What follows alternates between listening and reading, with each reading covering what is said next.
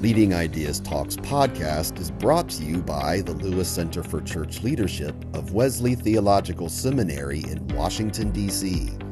Subscribe free to our weekly e-newsletter, Leading Ideas, at churchleadership.com/leadingideas. Leading Ideas Talks is also brought to you by LPLI, a confidential online 360-degree leadership assessment instrument. LPLI is designed to help those working in the church identify individual strengths and weaknesses so they may improve their ministry effectiveness. LPLI is available in both pastor and church staff versions. Learn more at lpli.org. And remember to stay up to date with the latest church leadership strategies and information. Please like and subscribe to this channel and click the bell icon to get updates for new videos. How can professional Christians be their authentic selves when in the spotlight of public ministry? In this episode, we speak with church musician and author Sarah Bereza about the challenges of being authentic, knowing how much to share, and how to avoid oversharing when in a public ministry role. Welcome to Leading Ideas Talks, a podcast featuring thought leaders and innovative practitioners. I am Jessica Anschutz, your host for this Leading Ideas Talk, and I serve as the Assistant Director of the Lewis Center for Church Leadership. Joining me is Sarah Bereza, a musician with over 20 years of ministry experience, who currently serves as the Music Director at Grace United Methodist Church in St. Louis. She's the author of Professional Christian, Being Fully Yourself in the Spotlight of Public Ministry. Thank you, Sarah, for taking time to speak with me today. So as we kick off our conversation, Sarah, I know you'll have a lot to share with us. What does it mean for church leaders to be fully themselves in the spotlight of public ministry? So of course, there's the book length answer, the essay answer, but the 3-sentence answer is really thinking about personal values, thinking about personality and personal strengths and weaknesses, and taking those things about our individual selves and being in a professional setting where we can be the best version of ourselves, the most spiritually in-depth and energized person that we can be, and conversely, not being in a place that kind of makes us be smaller, not being in a too stiff of clothes, in a place that makes us less vibrant than we could be otherwise. In thinking about those things that can make us less vibrant, what are some of the obstacles or challenges that professional Christians face, and how can we overcome them? That is such a big question, and something that I think really depends on where we are in our ages and stages. When I was conceiving of this book, I was thinking especially about people who are early on in ministry, people who are in seminary, people in their first call. And for me, on the music side of things, people who went to college to be classical musicians and then were like, oh, well, I love Jesus, I can work in the church, and have no idea what church ministry really, really entails. And if you are just starting out, you might not be able to figure out where you yourself, with your values, with your strengths, with your weaknesses, where you should really be. And if you end up in a place where you're not able to be yourself, it can sometimes take a while to become apparent, depending on your personality, because it can be so well, I'm just, in the busyness of life and the hecticness of life, doing our things, and then realizing that, wait, I'm doing all this stuff that I'm not particularly good at. I'm doing these things that aren't, oh, wait, I have to shut down those certain sides of my values because it's not welcome here, or this certain part of my identity is just not allowed to be here. And that might not be apparent on day one if you're not thinking about it in the job interview process and as you're deciding whether to take a particular position. What are some things that folks should keep in mind when they are thinking about taking those positions? Or are there even questions that folks should ask through the interview process so that they can begin to discern this discernment? Yeah, I think some of this, if we're thinking around values and identity, as opposed to well, I'm particularly good at public speaking. But if we're thinking particularly about our values, I think that especially for people who haven't gone through seminary and are like clearly aligned with a particular denomination. So that's you have all that training that is really preparing you to work in a specific kind of place. But for the many, many people working in professional religious settings, so working in nonprofits, working as youth leaders and church musicians and office administrators in churches, all of those types of places where you are in a religious environment and you are hired to fit in that particular religious space, but you aren't necessarily trained to think about that side of your profession. You didn't have all those conversations in seminary. Right. I think in terms of your values and in terms of your personality, those types of things, you really need to kind of sit down, get out something like what's that classic book, What Color's Your Parachute? Really think about what are your values here? Is it important for you to work in a place with XYZ progressive values? Is it important for you to work in a place that affirms the Nicene Creed? Is it important for you, whatever those things are? Because if you're not thinking about it, you can very easily get into a place that just because you never even thought to ask, where, I know plenty of people whose personal identities don't align with the churches where they work, and it is totally fine for them because that isn't important for them, and that is, I am not judging them. That is their choice. And for many people, that would just be a terrible, terrible thing for them to work in. Of course, it's very different in a clergy type setting, or someone's gone to seminary but isn't really clergy, because you are aligning yourself already with a denomination. And in some settings, you are placing yourself under the authority of a bishop who's going to tell you where to go, who is going to say well, you are the solo pastor at this church where you can do all these things that aren't in your skill set, but you get to do it because you're the solo pastor and you're the one who's you're doing it. Have fun. And in those kinds of settings, we want to lean into our strengths, so we want to lean into our values, but we also have to acknowledge we didn't have the say in everything, and trust that God is leading us through the authority of the religious leader who's putting us in that workplace. So keeping that in mind, that sometimes we end up in situations or positions that are on some level beyond our control. And sometimes we're surprised, right, when we come into situations. What should church leaders keep in mind as they strive to be themselves? What factors are important? How should they sort of begin to discern how much of themselves to share or not to share in a particular situation? I really think about the importance of our colleagues and our close friends, and how extraordinarily important those close relationships are, those safe spaces are to talk through the difficult things that we're going through, to get kind of validation that what we're experiencing is real and not just a failing of personality, or we're just not being gracious enough or Christian enough or whatever it is, but to realize that there are I would say structural things happening where we are at odds with the setting that we are currently called to be in. And alongside of that, I think that we can also ask for grace from the people around us. And there are oftentimes more, not always, but oftentimes more room for us to be fully ourselves than we necessarily think, because people can be really big. People can be really gracious and curious, not always. We've been working in churches for a long time. People are often not gracious. And sometimes when we give them the opportunity, they can rise to that challenge, and they can begin to understand that, there are different ways to see a question. I'm thinking of Leah Shade's book, Preaching in the Purple Zone, which is about how does a pastor preach in a congregation that is different politically from them.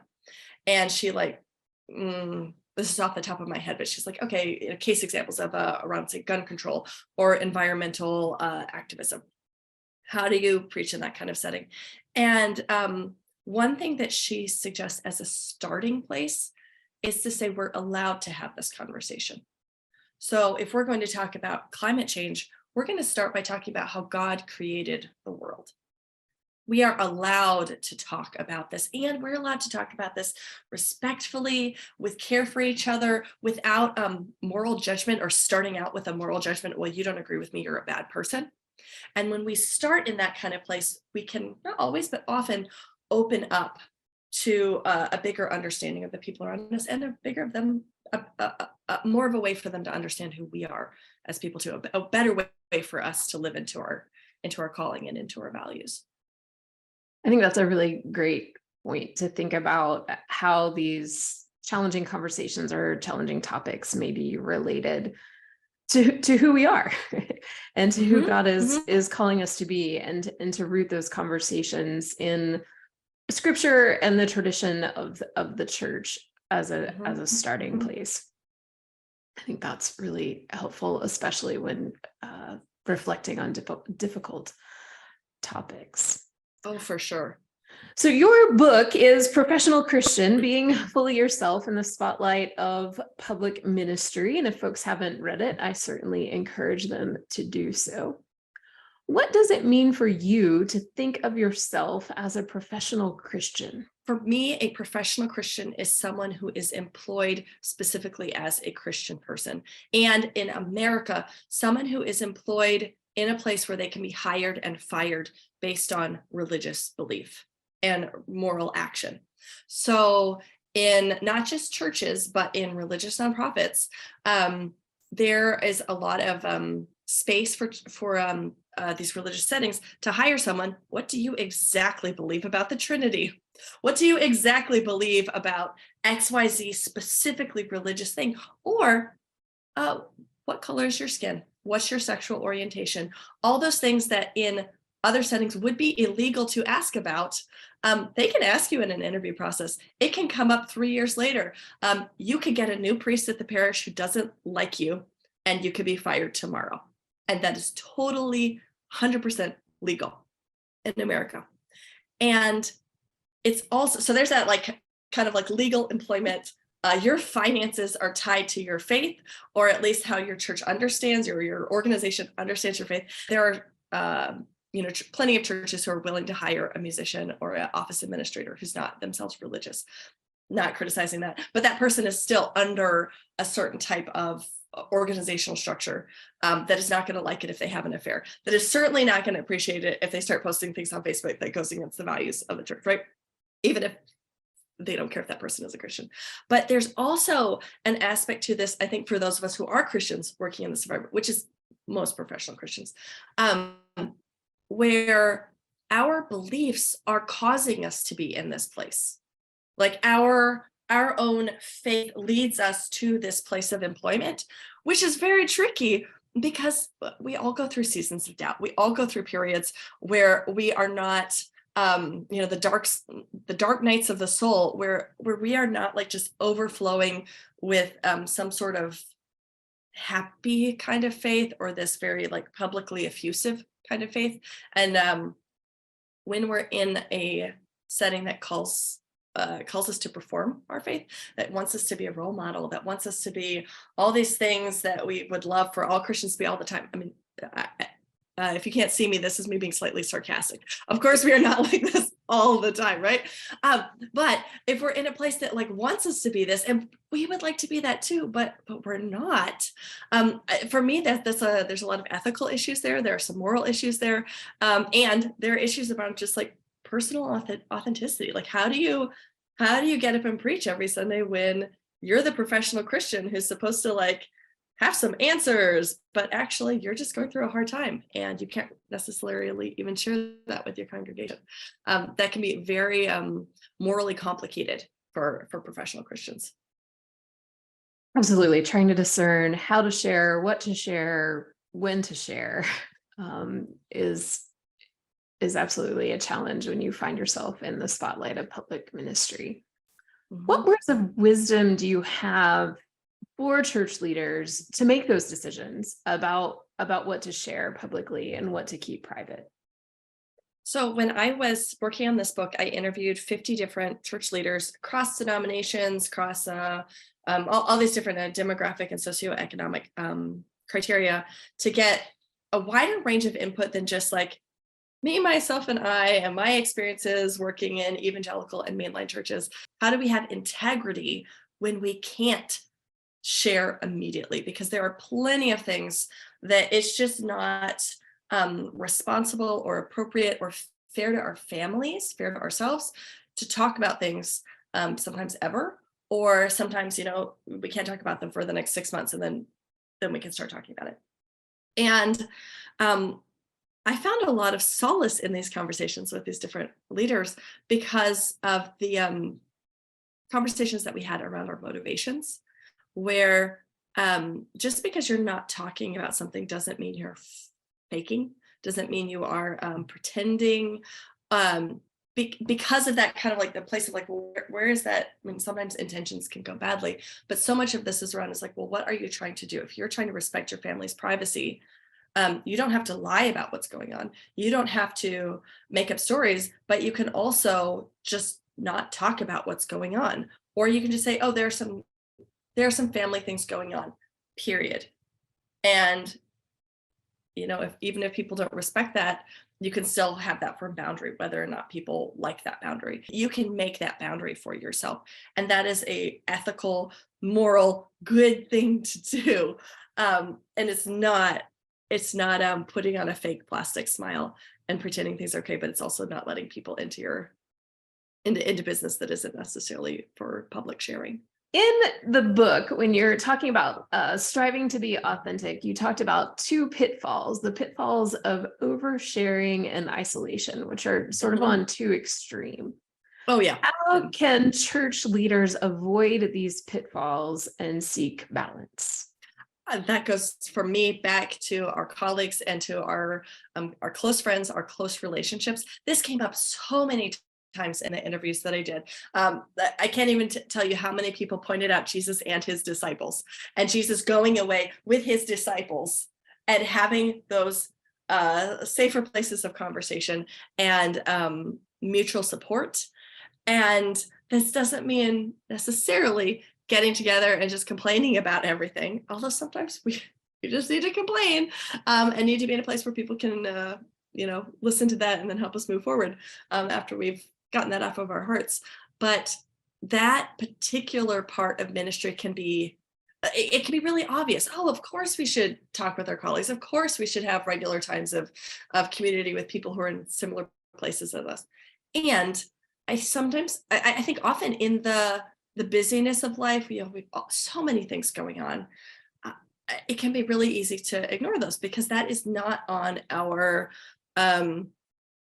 our evaluating list. This isn't like what, check for our jobs. Oh, did you have your hourly phone call with so-and-so who's not in this organization, who's just your buddy? Did you have lunch with a friend this week? Is not on our job professional list necessarily. And it can be easy, especially if you're in a busy season, to just let it fall off your priorities, even though I think that is way high in priorities, way more than email.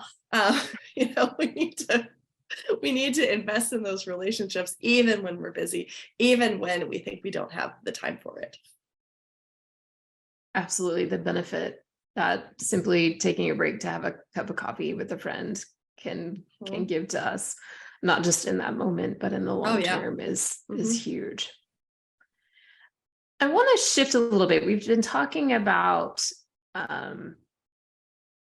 sort of the folks who are in those professional Christian positions, paid positions, staff positions. And I want to look a little bit at sort of the folks that we're serving and their reactions to us and their receptions of us. So for those who are in positions to hire professional Christians, what can they do to sort of look at their environments to make sure they're providing a nurturing and supportive and positive relationship or even environment for the folks that they are hiring? Well, yeah, I'm on the more traditional side of things. I love the choir. We had 27 people in choir yesterday. That's awesome. I know. It's a random Sunday in April. Go, you guys. It's fantastic. They sounded great. And those are people who do not necessarily understand what it means to be a professional Christian. Why would they? They're not thinking about this. So in terms of the hiring and thinking about how those types of folks can make for a nurturing environment. I think that often teaching is maybe too strong of a word, but maybe explaining like what's going on the ministry side of things, the ministry leader side of things.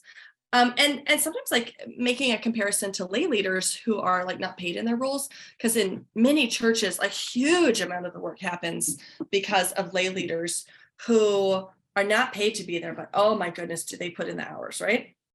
And I think many of those folks also, even though their finances are not part of the equation, they are in many ways functioning as a professional Christian because of the leadership role that they have.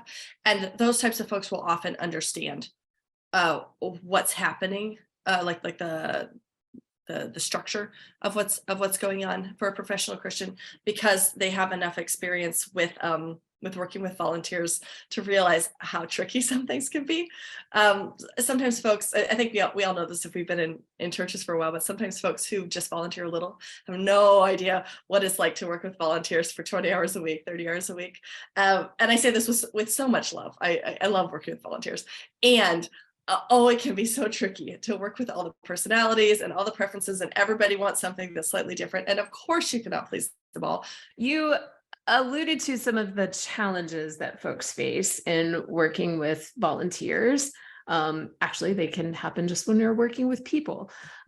People in general. The reality of criticism and not meeting people's expectations or their ideals or even their perceived ideals.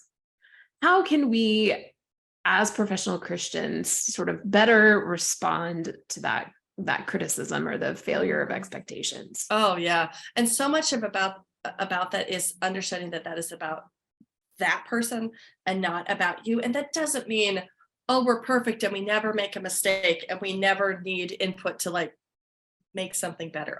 Okay. Obviously we're people too. We make mistakes too. We are fallible.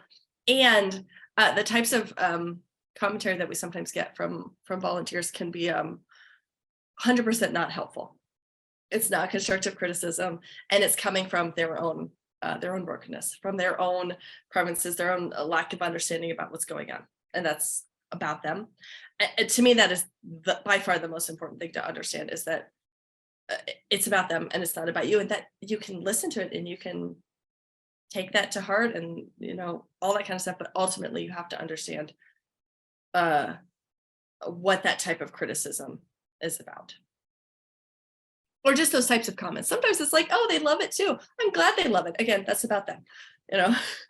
That's their own preference. I mean, I deal with this all the time in the music world, because like for 99% of people ever commenting on something, that is 100% preference. They're not thinking about the whole structure of the worship service, which is like what I'm thinking about. I'm not thinking about, is this my favorite song?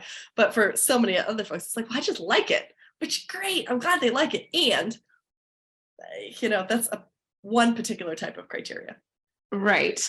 And perhaps why do you like it? Or how does it speak to you? Or how does it push you to grow in your faith? There are so many different aspects that we can look at. As we sort of move toward the finish line for today, I want to lift up in Professional Christian, you lift up 3 different kinds of valleys: difficult circumstances, our imperfect selves, and seasons of transitions.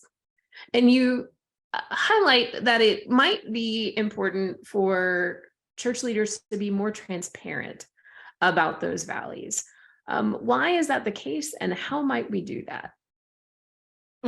That is such a good question, and something that when I was interviewing folks, I learned so much from folks who are at a different stage of life than I am, and particularly people who are significantly older than I am. I'm in my mid to late 30s, and I talked to folks who I'm thinking of one person who was a UCC pastor, so she's part of the congregation where she is, and she told me about how she walked through the illness of her mother and then eventually the death of her mother alongside of her congregation, and how her congregation was aware of this very difficult thing happening as it was happening, like in the real time of her ministry.